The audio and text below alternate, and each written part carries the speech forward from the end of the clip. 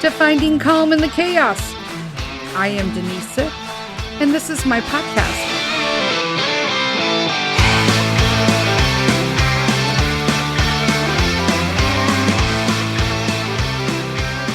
Hello, everybody.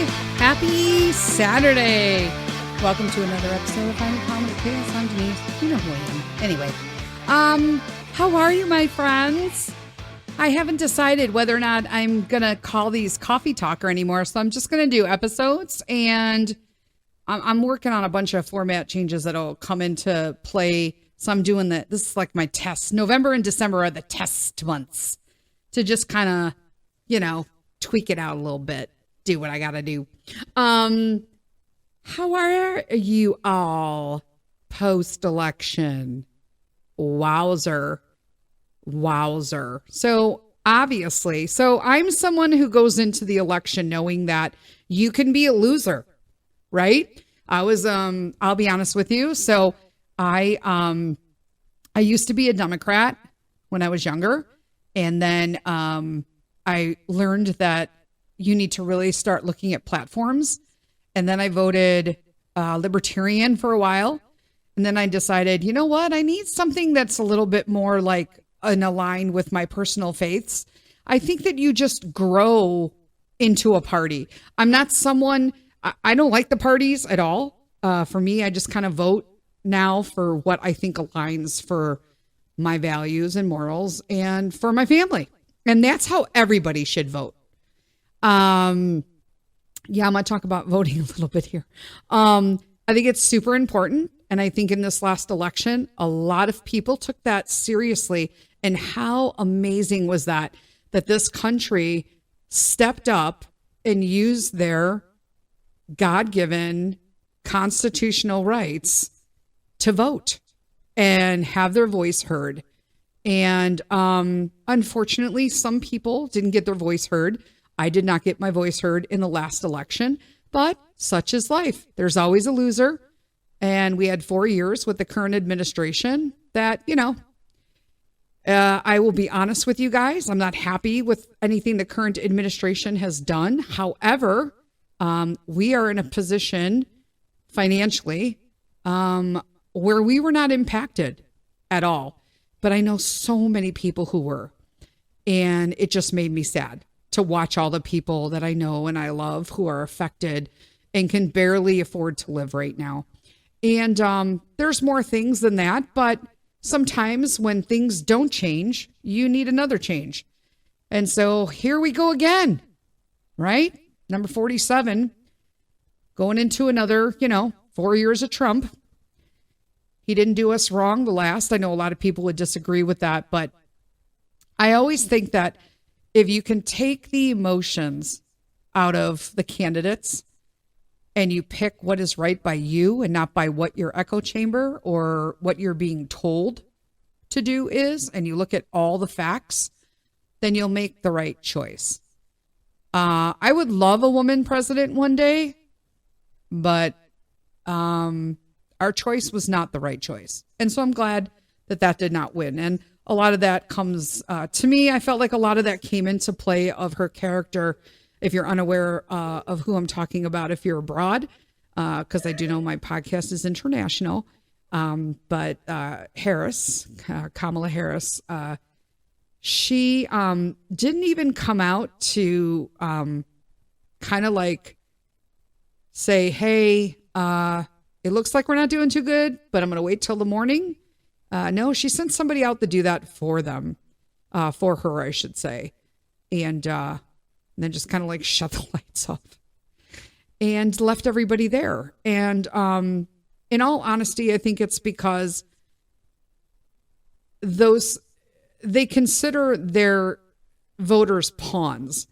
And when you know you're losing the game, you don't need your pawns anymore.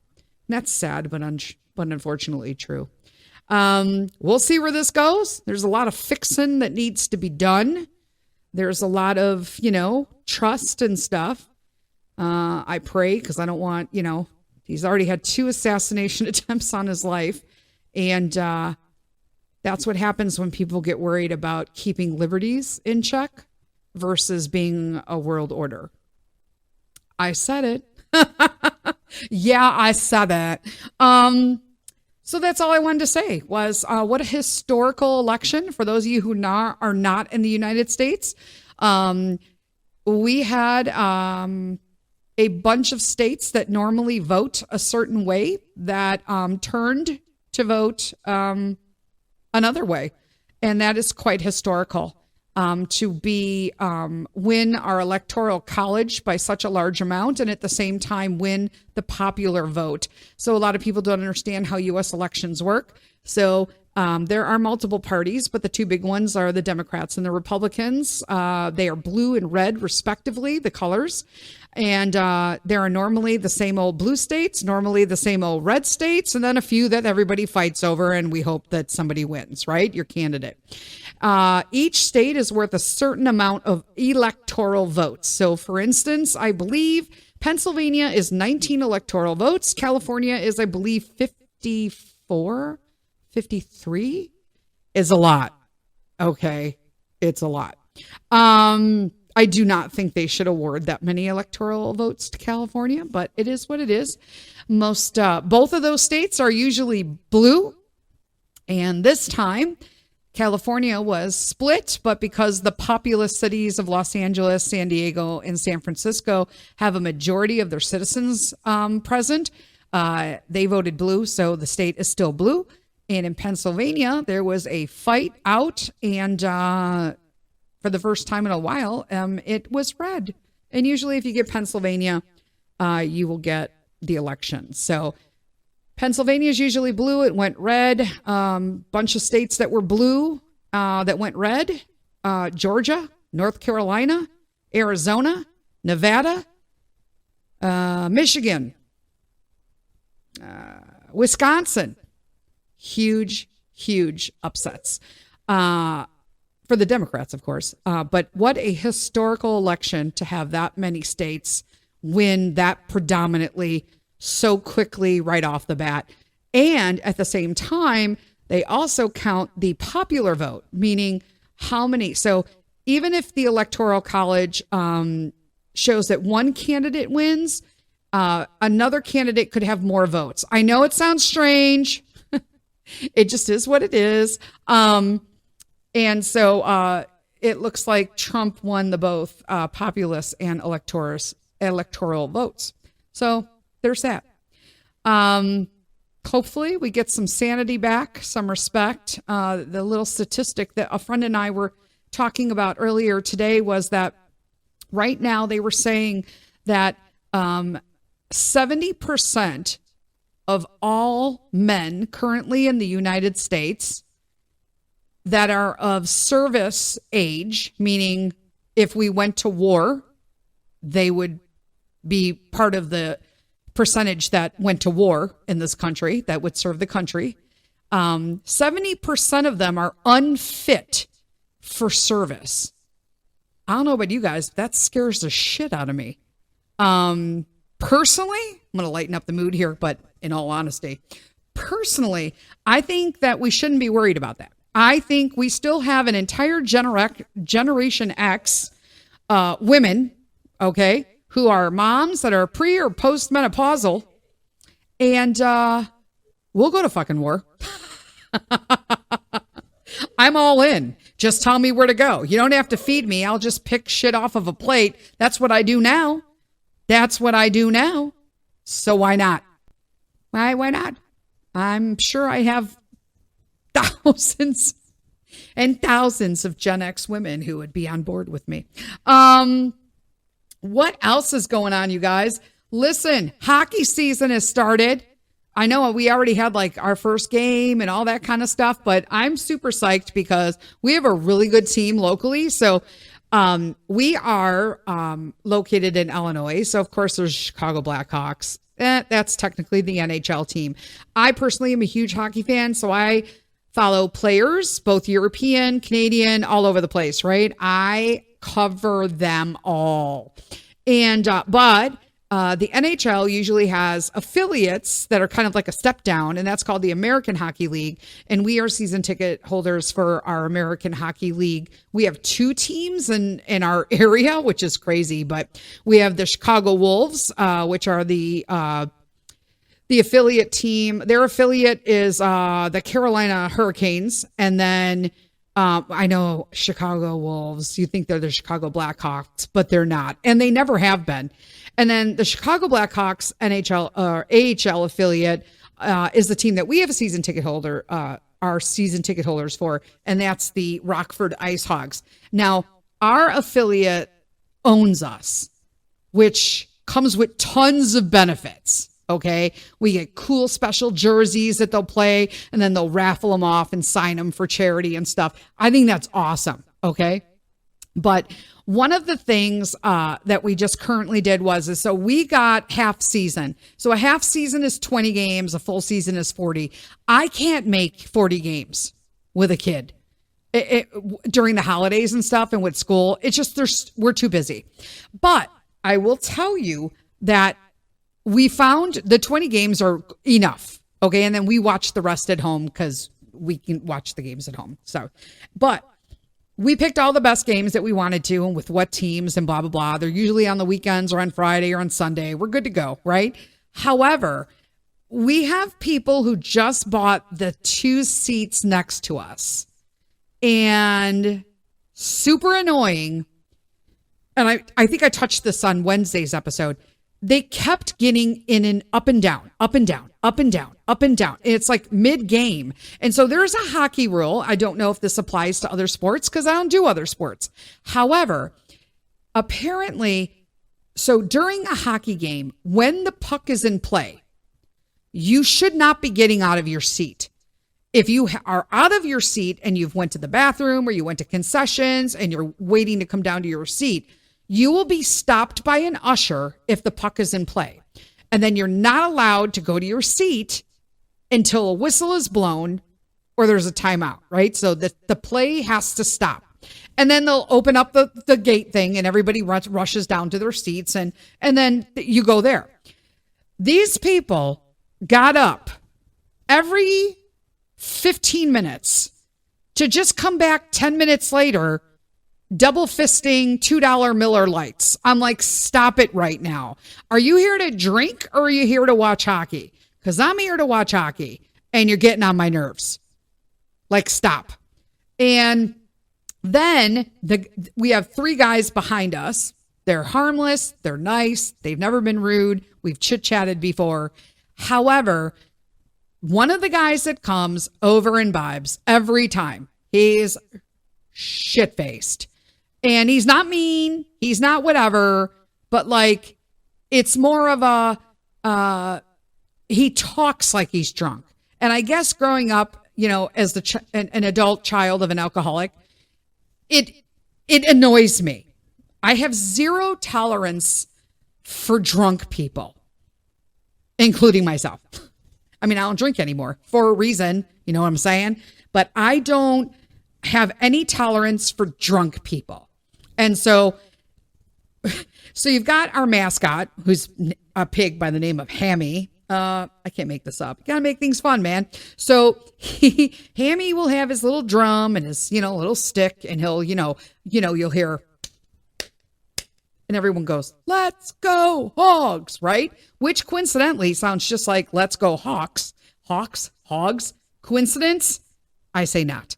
Anyway, so they're doing that, right? So you hear Hammy going, and "Let's go Hogs." And then the guy behind me, who's totally drunk, goes, "Hog."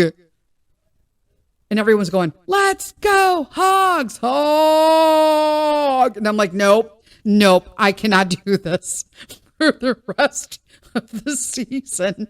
I just cannot. So one of the things that you have to get used to with AHL teams is that your ticket agents are like water. They are in your cup and then they easily disappear or evaporate throughout the seasons and the years. So we have only been a season ticket holder this is our second year, and we've already had 3 ticket agents. We do have a main ticket agent, but he's a Blackhawks agent. So it's kind of weird, right? So because they're affiliated with the Blackhawks, they're agents from the Blackhawks, but then there's some that just do the Ice Hog stuff. So we got someone from our first guy who was a Blackhawks agent because he's probably busy, right? And then they passed us to this other girl who was very nice. And then 4 months later, we found out there's a new guy. And I'm like, okay, like who's the new guy? And so we, at our season, the last game we were at, I was looking around and I'm like, hey, I'm looking for this guy. Do you know where he is? Because they're usually at the games. So we went to 3 different things and they're like, oh, he's at the front desk. And I'm like, okay, cool. So then we go to the front desk and I'm like, hey, are you, Nathan? And he's like, yeah. And I'm like, okay, cool. Well, we're the Sith family. And he's like, oh, hey, so we just want to introduce ourselves. And I said, with that said, I need to move my season tickets. Like I need to move my seats. And he's like, oh, and I'm like, I don't know if you have them available now. If you don't, we need to move them next year for sure. And he was like, okay. And I'm like, yeah, I don't do drunk people and I don't do people who go up and down, up and down. I said, so let's move. So there's in hockey, your goalies switch in the second period. So the first period, our Ice Hogs goalie, which happens to be Peter's like guy, his boy, is Drew Comesso. So Comesso will be on like one side of the arena. And then the second period, he'll be on the other side. And then on the third period, he'll be back. Okay. A lot of people don't know this about hockey.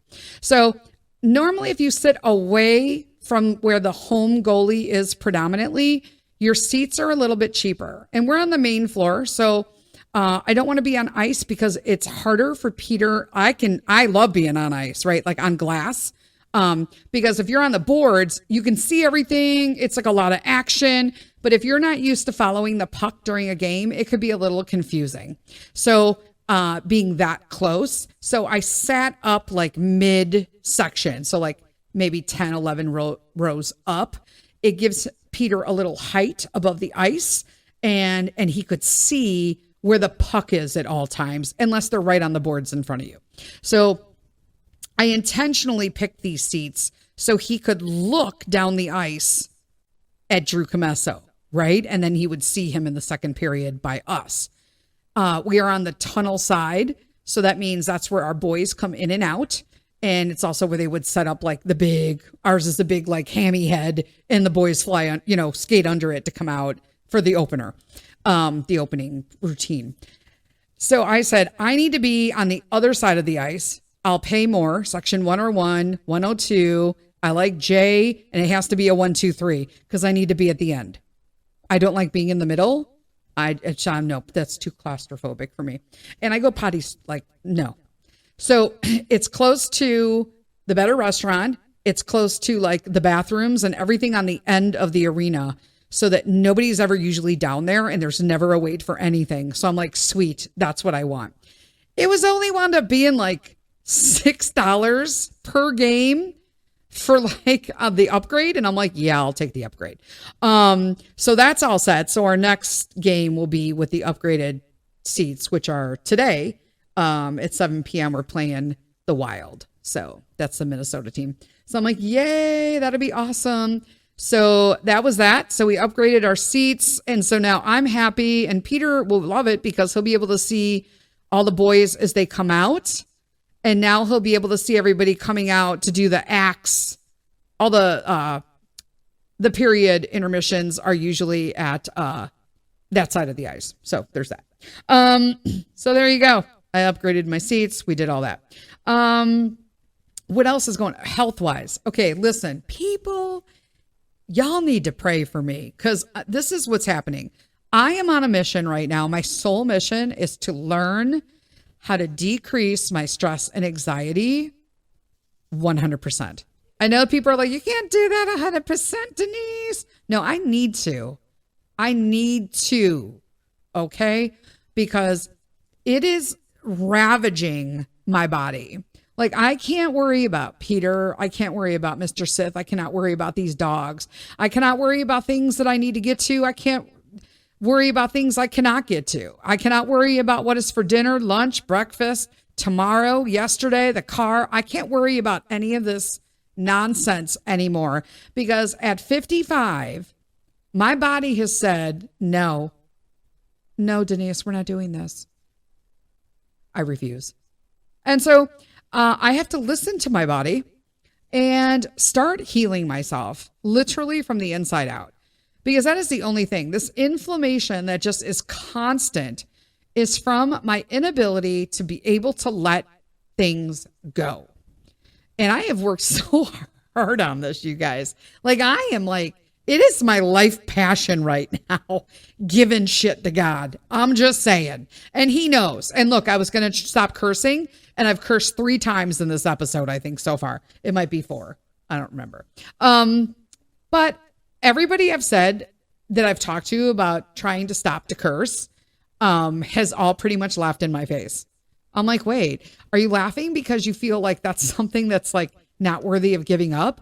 Or are you laughing because you don't think I can give it up? Because if it's the latter, game on. Game on, peoples. I'm trying. I think I've done a lot better. But sometimes it ruins my flow. Do you know what I'm saying? It ruins my flow because I'm like, normally I'd be throwing out the F word right now, but then I got to stop and think of another word. I'm like, stop. And then I come up with a new word. It's crazy. It's like an internal stopwatch. What else is going on? I'm sorry, guys. It smells so good in my house right now because I threw some stuff together for, the boys have scouts. And so I went on scout nights. I always try to make sure that, they're eating something. And so obviously this is airing on Saturday, but I'm recording it on Thursday. And so they have scouts. We have a game on Saturday. I'm all over the board. Okay. It's hard to keep track of stuff. So I usually make something that's like already cooked. So crock pot's like perfect. It's fall, crock pot season. So I'm like, yeah, I'm going to make something. So today I was like, I'm going to throw together, what do I got here? I had a picnic shoulder roast. So I put that in the crock pot with just some salt and pepper. I always put onions at the bottom, like a yellow onion, like just chop it up. You don't need to make it. I just make it in slices. And I toss it in the bottom. The onion, as it breaks down with the heat, will tenderize your meat, in case you didn't know that. What else did I put in there? I put in some carrots and some garlic cloves whole. I just put them in whole. Peter skinned them for me with my little roller. And then, so carrots went in. Mushrooms, I portobello mushroom, just slice those, put those in. Can of my bougie condensed cream of mushroom. I got to use like the organic one, whatever. You know, it's like paying for stuff. Do I want, you know, and this is why people are stuck between a rock and a hard place right now in this economy, is that I could have bought like regular cream of mushroom soup that's $1.99, which to me is still atrocious. Remember when they used to be like 58 cents, all the creams of, right? $1.99, which is cheap in today's world. Okay. For like Campbell's or like some other like signature or whatever the brand of your market is. Or I can buy the organic one, and that one is like $4.99. I'm like, are you kidding me right now? So sidetrack. I put in the cream of mushroom with the mushrooms, and then I put in thyme, oregano. It's not low fat at all. Just letting you know right now. I put in a packet of brown gravy, a bottle of hard caramel apple cider. Trust me, it's all going to come in at the end. And what else did I put in there? Some powdered brown gravy mix, and then a stick of butter. Yep, a stick of butter. And then it smells glorious in here. Absolutely glorious. So that's what we're going to have. Boom. Tomorrow I took out I took out ground beef. so I can make Salisbury steaks. Yay. Yes, I make Salisbury steak because I don't like the gravy in the ones at the store, and I don't know what they put in them. There's that. What else is going on, peeps? Peter started rugby this week. He came home and said he absolutely loved it. That's good. A funny story. I told Mr. Sith, I said, hey, can you take a picture of him while he's there, just so I have one, So he took a picture, and there's they're behind a fenced area. So if the ball comes out, it doesn't hit anybody because it's an indoor facility.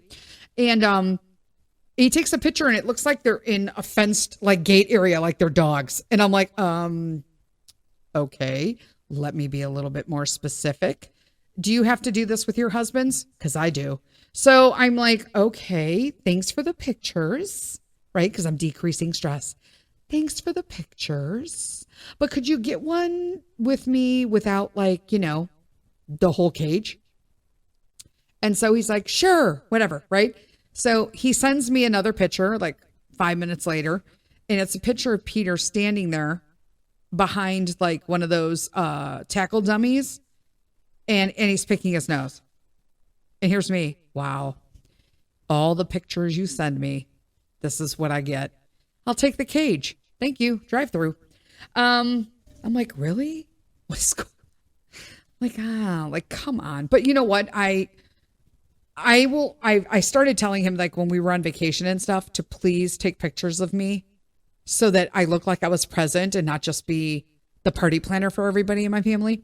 And he'll take a picture, but it is the most unflattering picture. I feel like somehow when he takes a picture, I'm somehow looking down to the ground with 4 chins, and I'm bent over, and 9 rolls are there. It just, could you at least let me know you're taking the picture so I can sit upright and lift my chin? Small request. It's just it's a joke. Everyone's like, you never have a picture of all of you. I do. When we were in Rome in 22, we had a stranger take a picture of me and the family and my friends, my Roman friends, and it came out fantastical. And then they took a picture of me at full body, and that also came out fantastical because they knew how to take a picture. Mr. Sith, not so much. I always tell them when they go to scout stuff, take pictures, but take a picture not looking down. It's sometimes they don't even have their whole heads in the picture. And it's just noses and eyeballs that aren't even looking at the camera. Or I have a triple chin from both of them. And I'm like, why are you taking a picture from your lap of your face, like a selfie? How is that even possible? It's legitimately. I don't know how that's possible. So, what else am I doing today? Well, that's all I'm doing with this episode. I can tell you that much. I don't know. I can't remember. Is there anything else going on? I got my hair done. Woo! I got my hair done. Oh yeah. Let me tell you this story.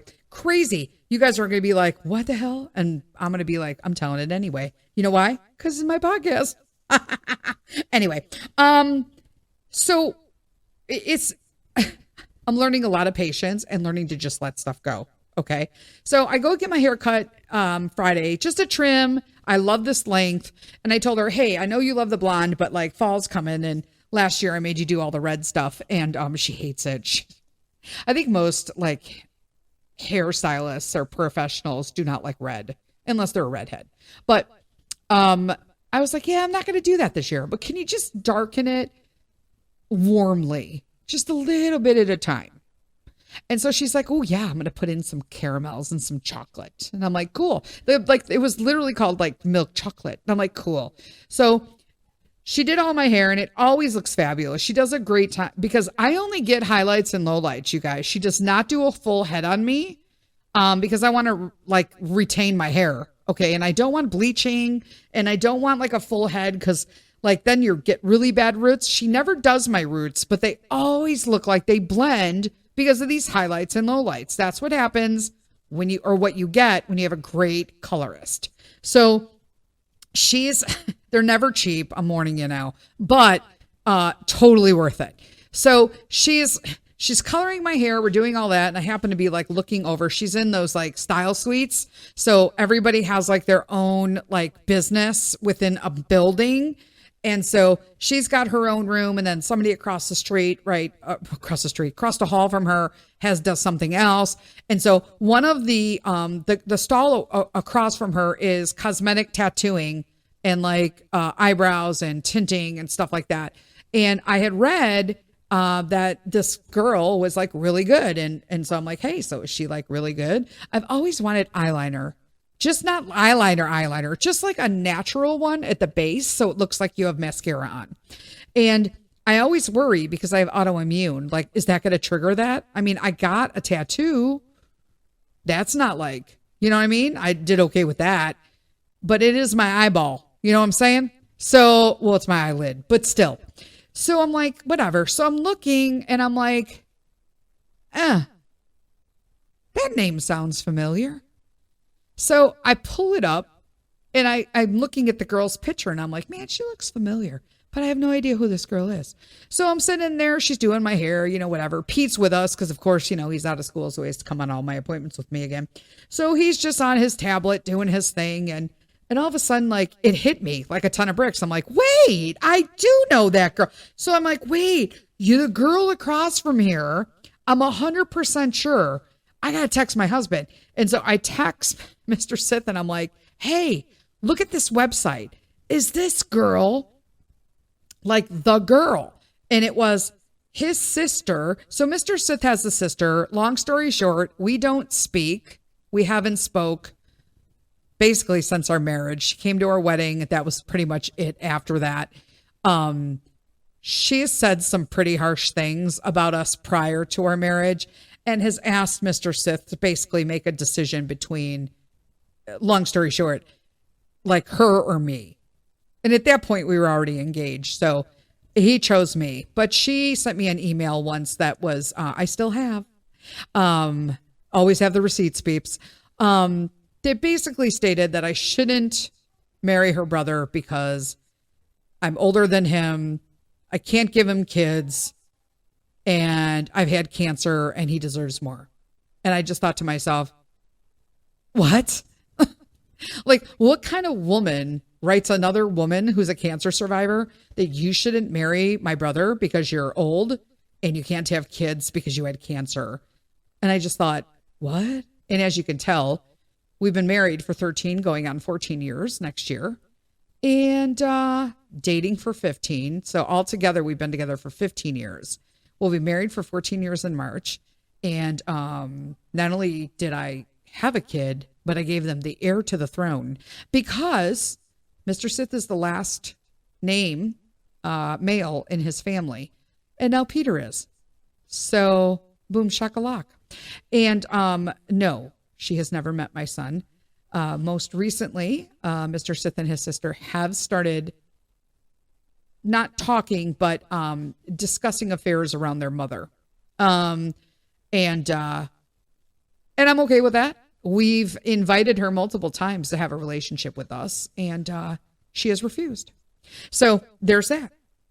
That said, she plays bass and is a musician, is a very crafty, artsy kind of person. And she was in a band and had a lead singer who is this cosmetic tattooist who's like well renowned. And I know that she left the band, and I was just like, this is crazy. Like, I know this, you guys are all like, what the hell's the point of this story, Denise? I don't know. The point of this story is that like people change and people evolve. And this was a girl who I'm pretty sure had a huge drinking problem and was the lead singer of a band. She was an amazing metal singer. She had a great voice. But here she moved into the beauty industry and she's serving a community, and she's amazing at what she does. She's certified and actually received a certification award, I guess I should say, a commendation that only 9 are given in the world a year. And she received one. That's huge, man. That's huge. And I thought it was pretty cool. And now I'm like, wow, now I'm reconsidering whether or not I should get a cosmetic eyeliner thing because I know somebody now. Merry Christmas to me.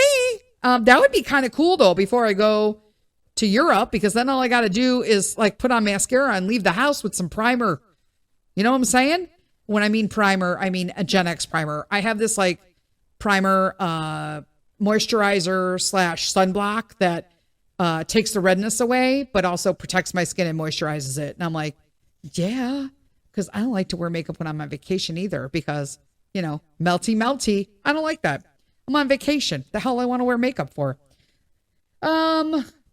What else is going on? That's pretty much it.